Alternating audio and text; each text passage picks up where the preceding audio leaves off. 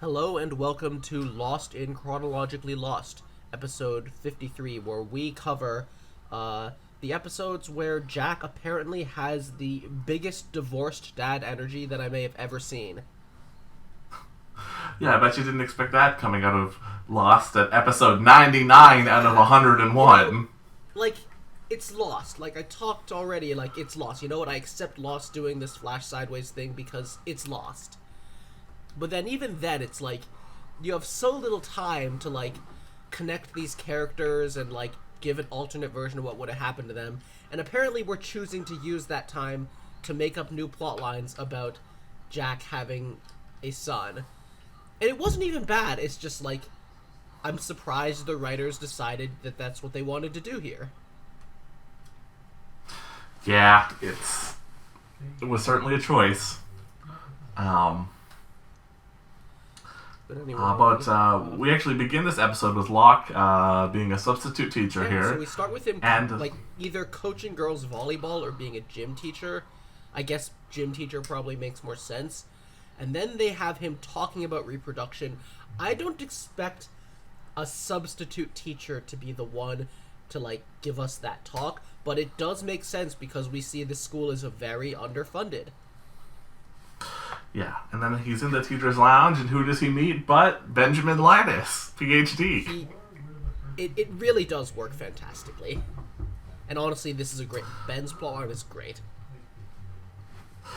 Yeah, it's probably my favorite Flash Sideways. Wow, shocking.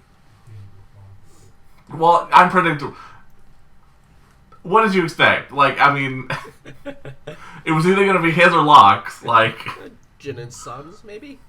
But that's... I get. There's just too weird. Yeah, I don't know. I mean, a lot of this is weird. And I was kind of expecting maybe... So it turns out Ben is really just getting his own plotline here, and when I saw this scene, I kind of expected, like, a Ben and Locke plotline more, just because, like, Ben and Locke's relationship in the main plot is so interesting. Like, maybe they do an alt version of it here, but what they do choose to do with Ben is really good. Right, and so then it goes to do a transition to the Sawyer plotline, but it actually starts with, we actually see Charlie's brother at the police station asking about him. No one told him that Desmond took him. Yeah, which is like, it's such a long gap between appearances. I think, oh, you know what, he might have actually been in a season 3 flashback, but it's so long for that character to have appeared. Yeah. For us, he hasn't appeared since the actor since pre-plane crash. Yeah, the actor, he was able to do it. Yeah. And then we see that Miles is mad at Sawyer because, and not because Charlotte stuff, but because he lied to him about going to Australia.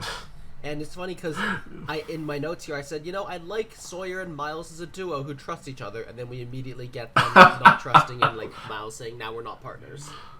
Yeah. Yeah, I just like this. Like, what the hell is this about? And he goes, she opened the wrong drawer. It's like, what? What? I'm talking about Australia. What are you talking about? Like, yeah. And then we get Jack. So we got a plot, didn't we, where Jack had to get his appendix removed on the island? That's right, season 4. The thing is, I watched these episodes last night, and I only remembered that this morning. Yeah, so he asked his mom about the appendectomy because he doesn't remember getting it, and she says, "Oh yeah, you had it when you were a kid." Blah blah blah. Yeah. Timeline.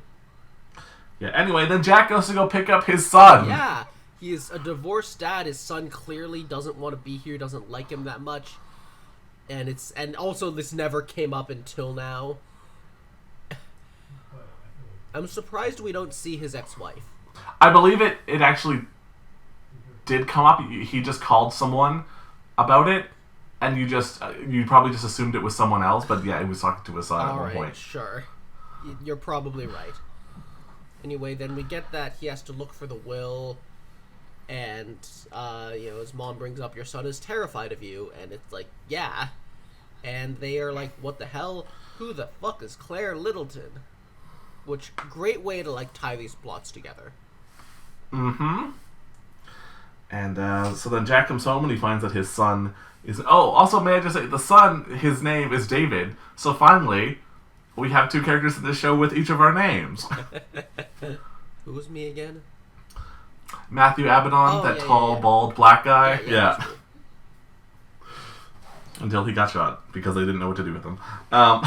It's funny because I feel like some of the flashbacks with him are like after he got shot, I think, or just like No, I believe once he gets shot, that's okay, it. well, the way I experienced the show is like I saw him in a bunch of flashbacks. It's like, ooh, what's he gonna do?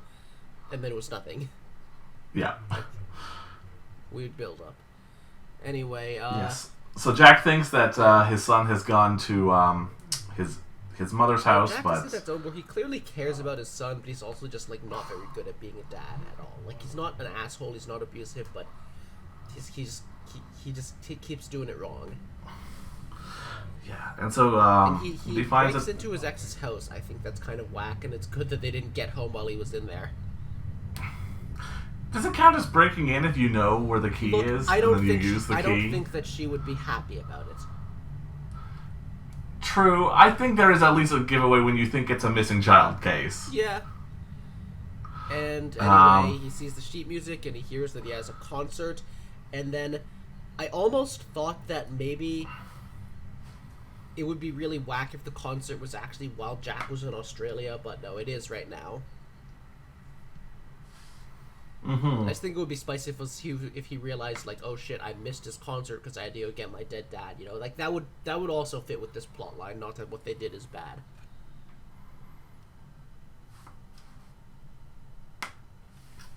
Right, and sorry, he also hears a voicemail from himself calling him after he Yeah, that found was kind of Christian. that's what kind of made me think it. But then we see Sawyer at home and we see his fridge, and I just want to point out his fridge has beer, orange juice, frozen pizzas, and one other thing I couldn't identify. Which, yep, that's how I expect Sawyer to be living. Mm-hmm. And he just sits on his couch watching Little House on the I Prairie. mean, like they're explaining, like, yeah, Sawyer just watches stuff like that. That's why he makes those references. Well, no, remember he said Little. I remember we joked about this back when he referenced Little House on the Prairie. Kate was like, "You watched that?" And he goes, "Oh, I had whatever, some disease, and the trailer only got one channel." It's like, no, and he it's just like, likes it. No, yeah, it's like, one, you like it, and two, obviously you had more than one channel with your 8 million references. Yeah. Anyway, so he brings a sunflower to Charlotte, She's but just she like, still just turns him down because she has self-respect. yeah, I'm right. And like, let's move on from this. Let her find Daniel. Yeah. Yeah, so then Jack shows up to the concert that his son is at.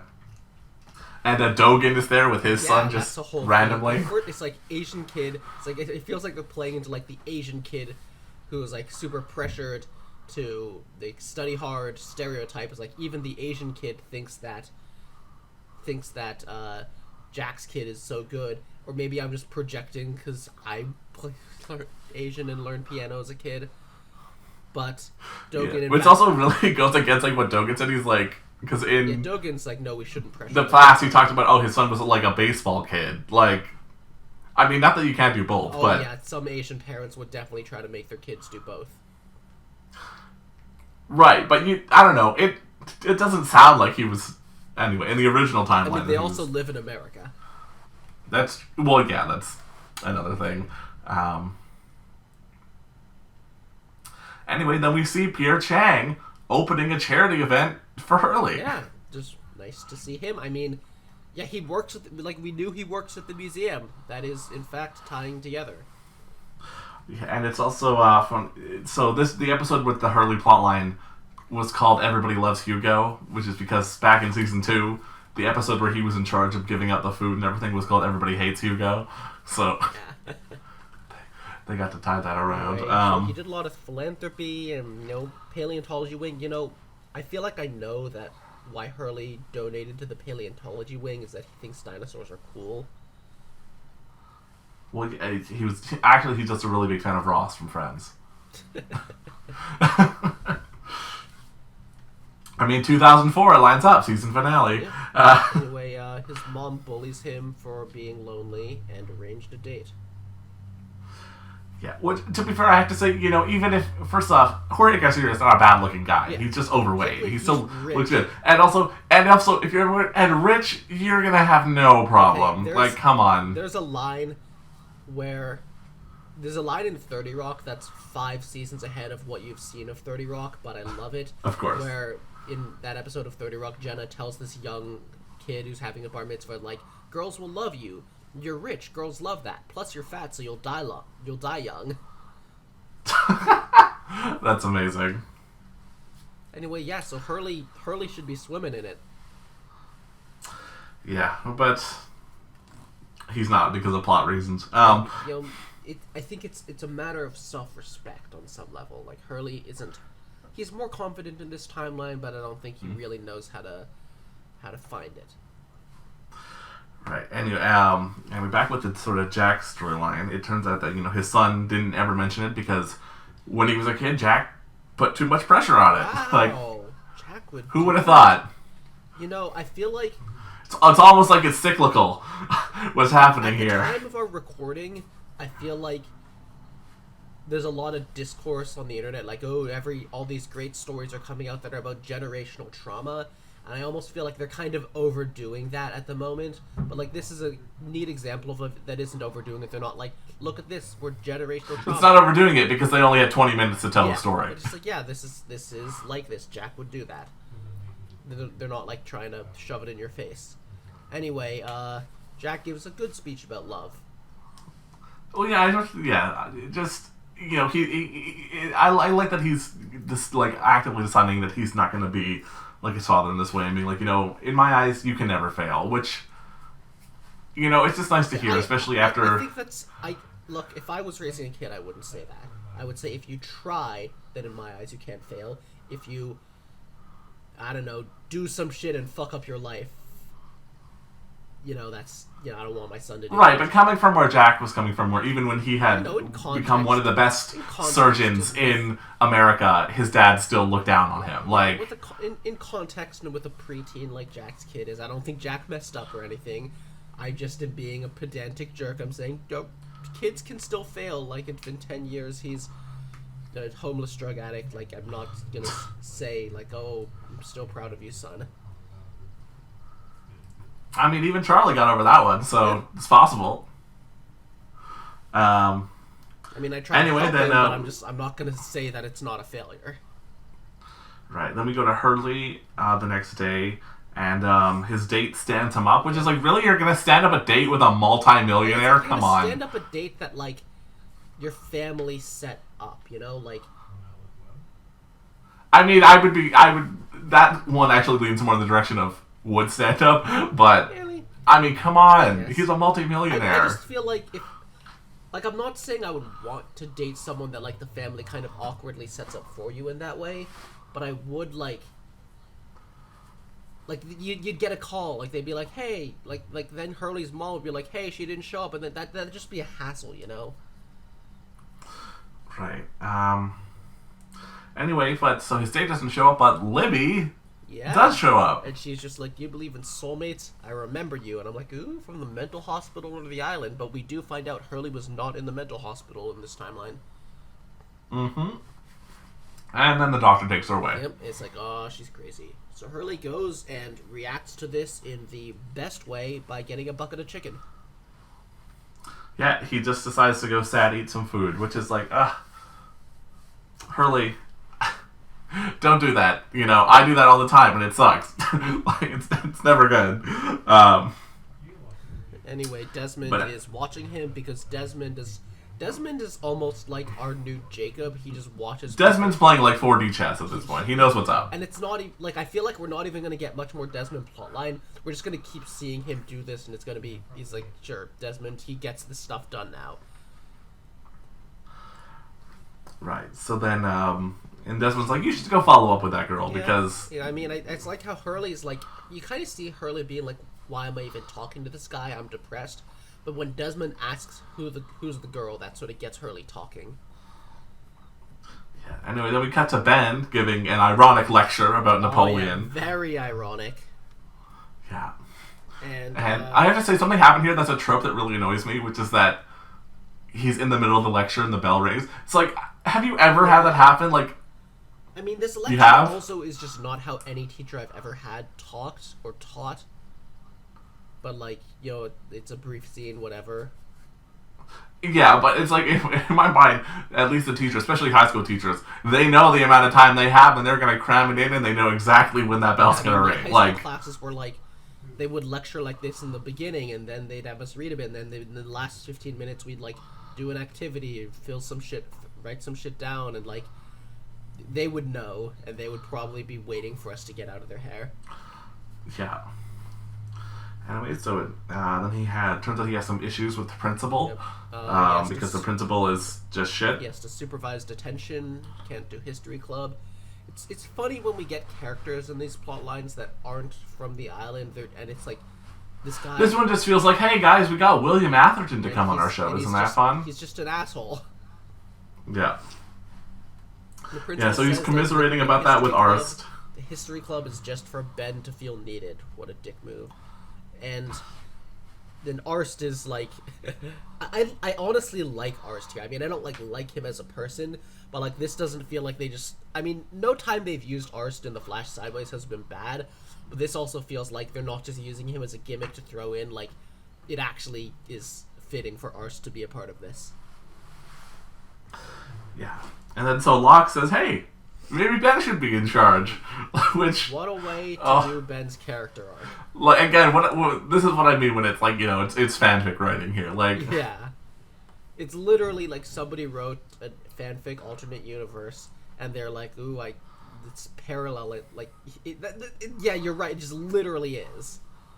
Yeah. But anyway, so Hurley goes to this... I like that Locke is like, who would listen to me? And Locke is like, I'll listen to you, because we got that ironic reversal where, like, Locke is willing to follow Ben as a leader. Yeah.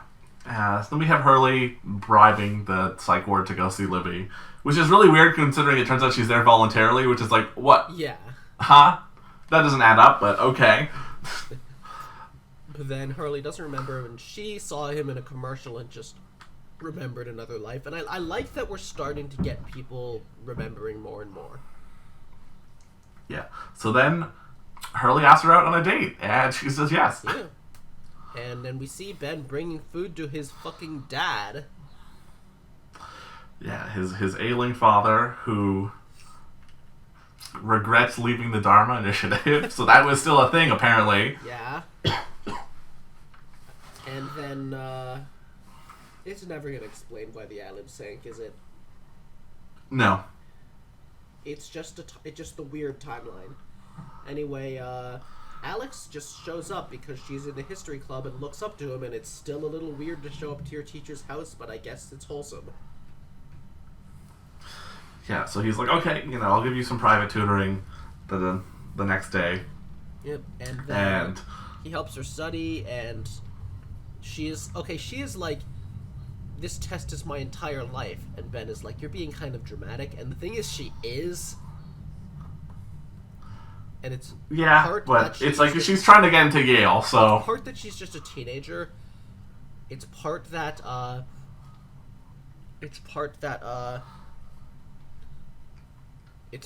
like, I think the writing is a little corny here. Also, look, if she's actually one of the most brilliant history students, she should be ready to ace this test and not even need tutoring. Because, look... Not to flex, but when I was in high school... Yeah, but isn't it supposed to be, like, AP history or something? Isn't it supposed to be, like... and I took the AP test for math, calculus, and physics. Look, I'm just... At least with... I'm assuming AP history is similar, but... Well, I can tell you at least from my experience in AP, which is that the math and English, it was just, let's do this all faster, whereas the AP and other things like Latin was like, you're going to be taking a university course in high school. Yeah, but I think, like, if she's actually I think that this is the level... Okay, I shouldn't keep going on this, but I think the level that an AP course is at relative to what, like, a brilliant prodigy of a student is at is, like, she should have this down. Or maybe she does, and she's just worried. Right. Anyway, so she gives gossip on the principal. Yep, so like Ben goes to go team up with Ars to go blackmail him. Yep. And Arst just does all science, apparently. He knows about dynamite, he does biology, he does... and he can hack. He Biology? What? I think he is, because he's talking about formaldehyde. I guess he would, but I believe that the thing is that he's a chemistry teacher, Well, which explains why he would know about dynamite. He was categorizing spiders in the other timeline. Well, that was because he was like, well, if I'm here, I might as well document new species. Yeah. Like, that's not hard to do. Other new species if he doesn't know spiders. I guess, but... Zoology, really. Look, Anyway. I just think Arst is actually a many-talented... Also, I have to believe that breaking into 2004 email on a school private server would not be that hard. Yeah. I'm just saying... I feel like you just need to know how to use a computer and you can do it. He has a good variety of skills. He underestimates himself. Anyway, Ben... So yeah, Ben goes to try and blackmail the principal, but the principal is like, counter blackmail, I will torch. Don't forget that Alex. Arst wants a parking spot that does not get the trees, leaves falling on it. Anyway, yeah, he wants the good parking spot. Yeah, so this scene of Ben confronting the principal is kind of great, and it's like, he definitely has kind of got the principal, just the principal fires back well, but you know what? We get Ben's character arc where this time he chooses Alex over Power. Yes, so finally, good for him. Yep. And anyway, so then we see Hurley and Libby on their picnic date, and he brought the blanket. He remembered the blankets this time. And it feels familiar because this is the date that they finally get to have. And Hurley kisses her, and he remembers. And I'm just wondering, does he remember everything, like becoming the new Jacob? I mean, it's hard to... It seems they remember a lot. Yeah. And then Desmond's just spying on them, being like, yes, my work is done. Yep, and that is where that episode ends. Okay, give me a minute, I need to go blow my nose. I'll leave the recording going.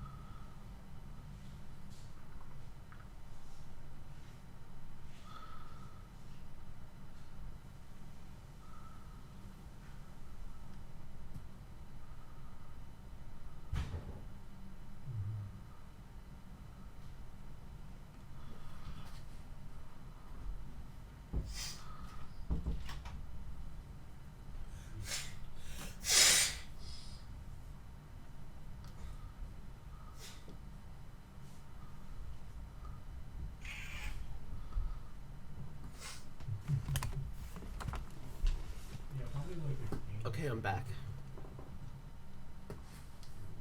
You ready? Yeah. So in the next episode, we start with Alex showing up to see Ben and just being happy that the principal wrote her a great letter of recommendation. This is a plot hole. This is bullshit. The kid does not get to see what is in the letter of recommendation. That it's confidential.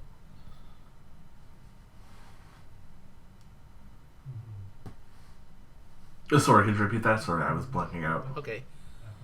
So we start the next episode with Alex here to see Ben, and she is overjoyed because the principal wrote her a great letter of recommendation. This is a plot hole. This is wrong. The student does not get to see the letter of recommendation. It is not disclosed to them. That's true, but maybe he just sent it to her anyways, just to prove that he actually did do it. Yeah, right? I guess. She just doesn't know the protocol. And Ben kind of makes a move and says, like, yeah, he got someone else to cover detention, and the principal just has to go with it. Yep, so they got History Club back, so small victory.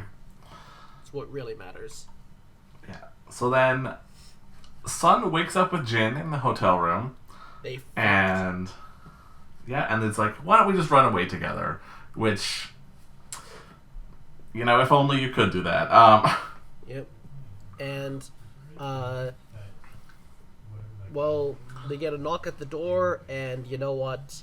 like I said, you can't just ignore the thing you had to do. It's gonna come find you.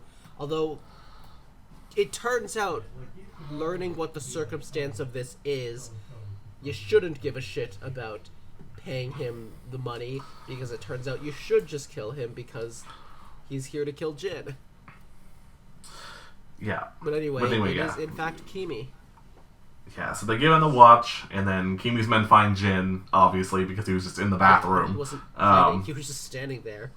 He was like posing and showing off how ripped he is when they open the door. Yeah, so then they bring in Mikhail to translate, who has 2 eyes in this timeline.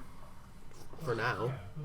Yeah, and so they talk and they decide, okay, Sun's gonna go get the money from her private account, and Jin's gonna go to the restaurant with them. Yep, and they just say, don't tell the boss about this. And Kimi's like, yeah, no problem, I get it. Except, you know, he's bullshitting. He already knows. Anyway, so Sun goes to the bank, and turns out her secret account was already closed by her dad. I mean, now you do have a lot more reason to run away from everything. But much less means to. Yep. And so they decide to get Saeed for some reason. They were getting Saeed. I got the vibe that they were like, hey, Saeed, we need you to do us a favor to even this out, so you killed this Jin for us. And then they just kind of never got to that stage because Saeed was like, fuck this. Well, no, I think it was because, you know, that restaurant, that is Saeed's brother's restaurant. Then why are they're just doing all this they're just multitasking. They're very busy gangsters. They have a lot of people they need to kill and blackmail. Yeah. Okay, so meanwhile, Kimi just gives a speech like, he knows you're fucking, the money was to kill you. They really should have gotten married in this timeline. Like, wow, just this aspect of it went so much better in the main timeline. Like, there, he got his blessing to marry him, and the boss was, like, angry at Sun for cheating on Jin. Like, which is inherently a pro-Jin statement. Right. Yeah, so then Saeed gets taken to the restaurant too, and Kimi makes some eggs because he's a villain. To make some eggs. Yeah, so they have sort of standoff about payment, and we get a split screen. I forgot about this split screen. The final split screen. Yeah, and then Saeed like kills all the henchmen. Yep. And including Kimi. No dead man switch here, Kimi. Yeah, and then he basically lets Jin go. He gives him the box cutter to free himself. It would be really awkward if Jin... Yeah, because he's like, I don't know what the fuck this situation is, so, you know what, get yourself out of here.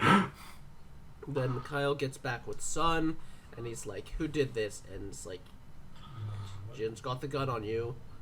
But they fight over the gun, and we get, Mikhail gets killed, they take out an eye, but Sun, got shot, yeah. Yeah, even see how and turns out Sun is also pregnant, so lovely. Timeline moment. Yeah, then we have probably the most coincidental thing that happens here, which is that Sawyer, you know, he's talking to Miles, explaining his past about what happened, blah, blah, blah.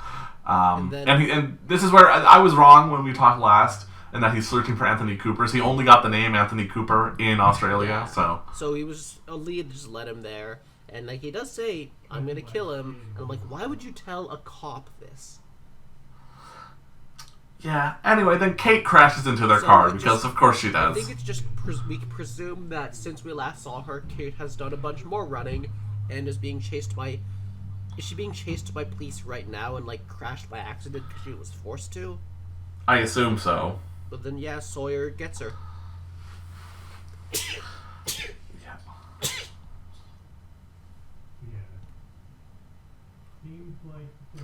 So then we see Desmond at the school, and Ben questions. He's like, "Hey, why are you here at the school, just staring at children?" And he's like, "Oh yeah, no, my son. He's gonna go here." Anyway, then he runs over Locke. Sorry, I keep sneezing.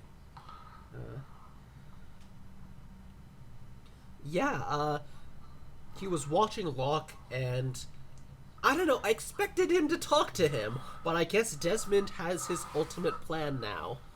And he's just really lucky that he did the exact right amount of damage to Locke's body.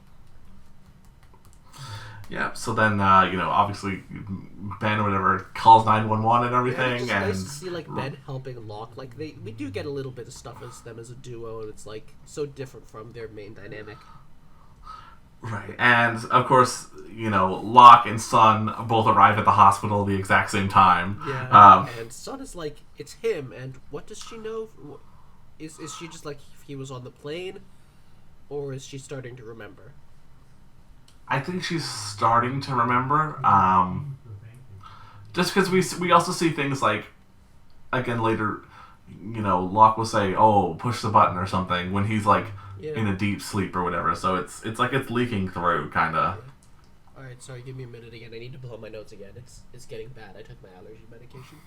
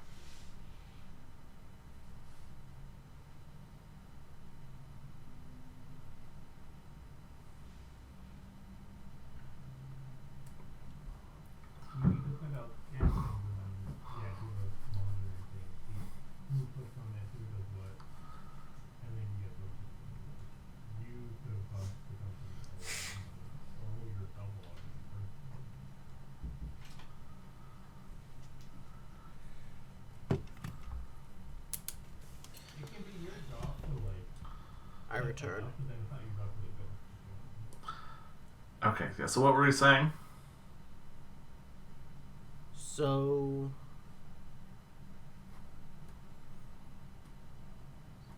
the next thing we see is Sawyer is talking to Kate because she sure did a murder, and she does remember him from the airport. What a coincidence! And we get the sign. It's like he's a cop, she's a murderer. Which, yeah, don't do a romance in this timeline either. But I don't know. She says she's not a murderer. He says he's still a cop, and I'm just like, you're a cop who is a potential future murderer, though. So like maybe if you do the murder, then you should get. I mean, obviously you shouldn't get together with her because Sawyer and Kate is a big nope. But I feel like they're being a little silly about the barriers here. Yeah. So then he also even thinks he's like, it's kind of a coincidence that we're back here after we bumped into each other on the plane and everything. Yeah, I mean, more and more people are starting to realize these odd connections. But she calls out that he didn't arrest her because he didn't want anyone to know he's in Australia. But he hasn't done anything illegal. Like, it was just private, Right. Anyway, then they get a call because they're like, hey, this guy saw you killed a bunch of people. You need to go get him.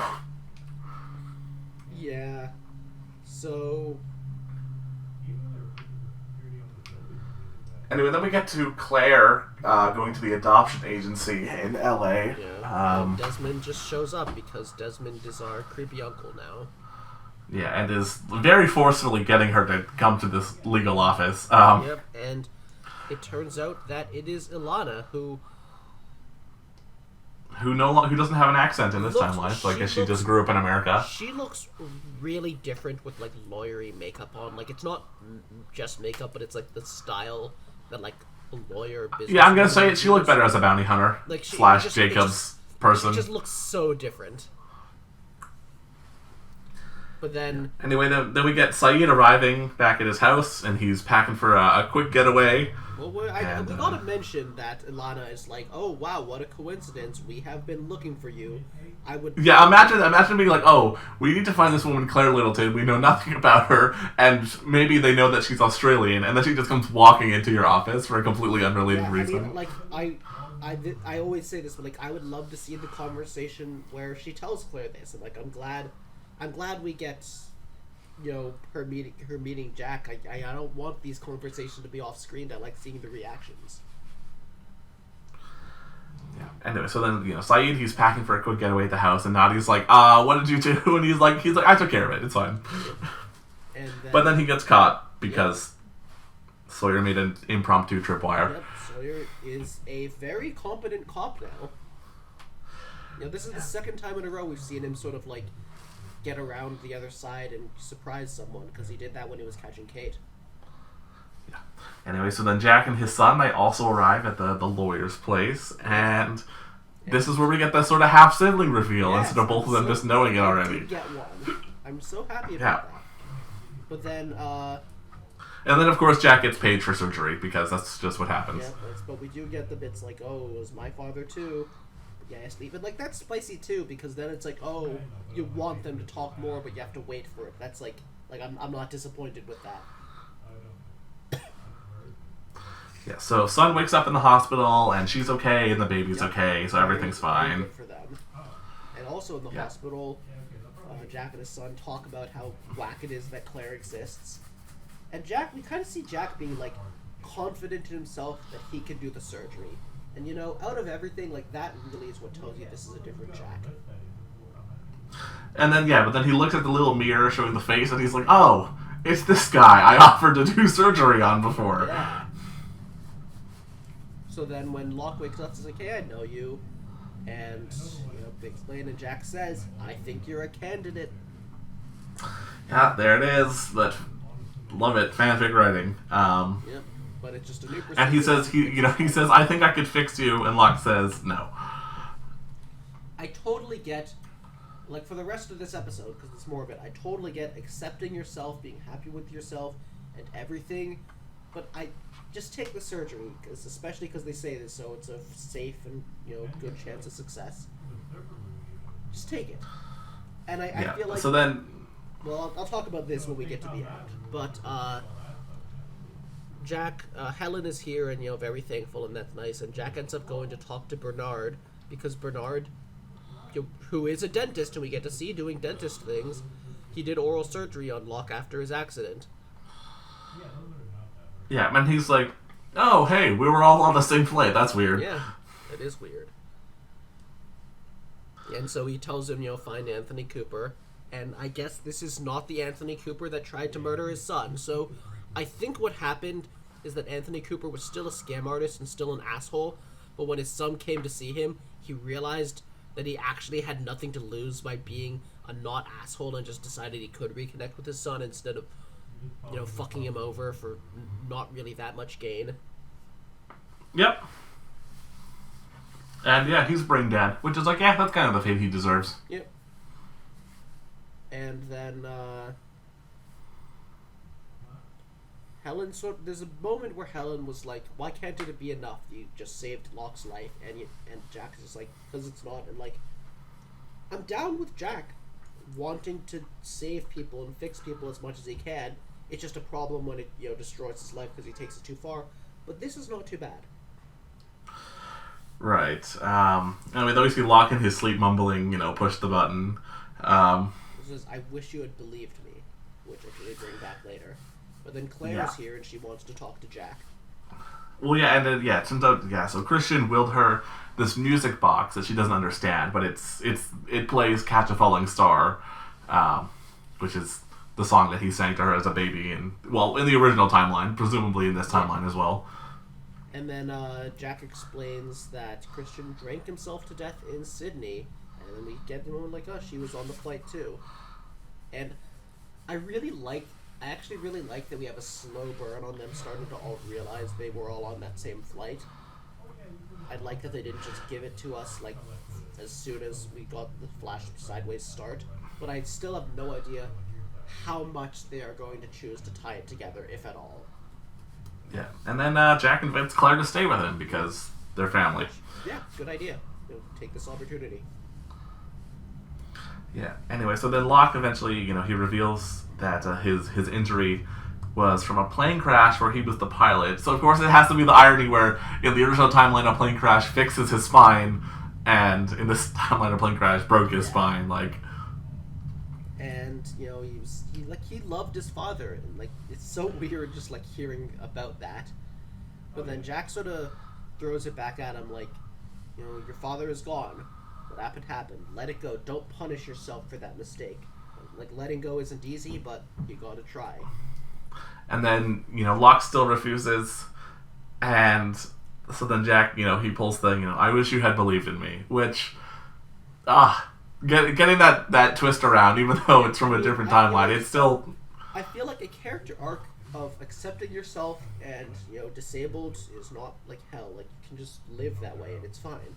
That's good, but I feel like that's not what they're gonna go for here, because I just feel like the thing they're missing is the belief in miracles, because right now Locke does not believe.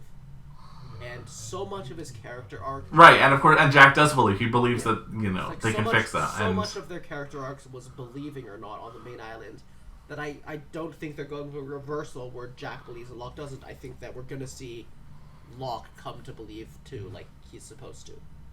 Have we seen any other dogs? Okay, so you think we're going to see that? Yeah, we only have one episode left, episode 101, Epilogue 5. We didn't comment on it, but, we watched episode 100 here. Yeah, it's 100 episodes. It's...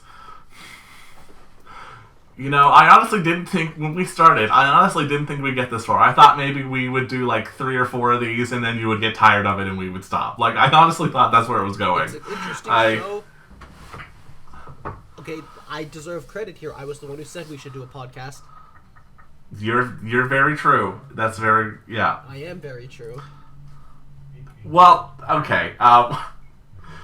Anyway, it's the final episode. I will say, the final episode, it's over an hour. It's an hour and 5 minutes. So it's a long-ass episode. But yeah, I want to see... I think that we're going to get Locke... I mean, how much has to be resolved? Some stuff, like Claire and Jack, it doesn't need resolve. It doesn't need resolution so much as I just want to see more content of them talking a bit. But the things that need to be resolved are... Hey, Claire and Charlie haven't met yet, Claire and Charlie have to meet. Daniel, I don't think we're going to get that developed of a Daniel plotline, but I do think we'll get to, see him and Charlotte meet.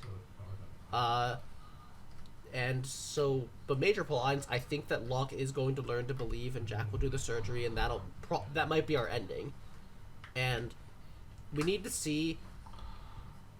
Saeed needs to, Look, are we just going to send Saeed to jail? If they're going to investigate, he might explain, it was... I think it was basically self-defense. He was dealing with gangsters here who might have been planning on killing him. I don't... it's not like he just went out of his way to commit murder, how are they gonna... So, how's he gonna explain that? And then, of course, what's gonna happen with Kate? I honestly don't know. Well, I mean, Kate, she's currently in jail. And if they've just also caught Saeed, he's gonna be in the same... I'm just wondering, are they going to just end the show with Kate going to jail for what she's done?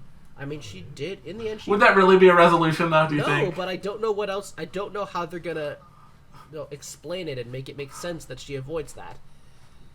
Because, if she gets... Well, I know how, and it's pretty easy, it makes sense. Is it... I mean, if she... I mean, the way I see it is there's either she gets on the run more, which is is she just gonna be on the run forever, hiding? Or is it that... she gets, parole, she gets forgiveness. Which, I mean, she got forgiveness in the main timeline because she had a baby to take care of. So... I will say, you're talking about... What I'm going to say here is... I believe the final episode takes place over only, 1 or 2 days. This doesn't take place over a long time. Okay, well then I don't know how they're going to resolve it. Yeah, it's... It's actually going to be way easier than you think. You're thinking way too complex. I'm not saying it can't be easy. I'm just saying I can't think of how it would be easy. Am I missing something obvious, or is it they're clever about it? I mean, it's not like it's been foreshadowed or anything. It's a very simple solution. They just wrote themselves something. Yeah, it's very easy. But I still don't know what it is.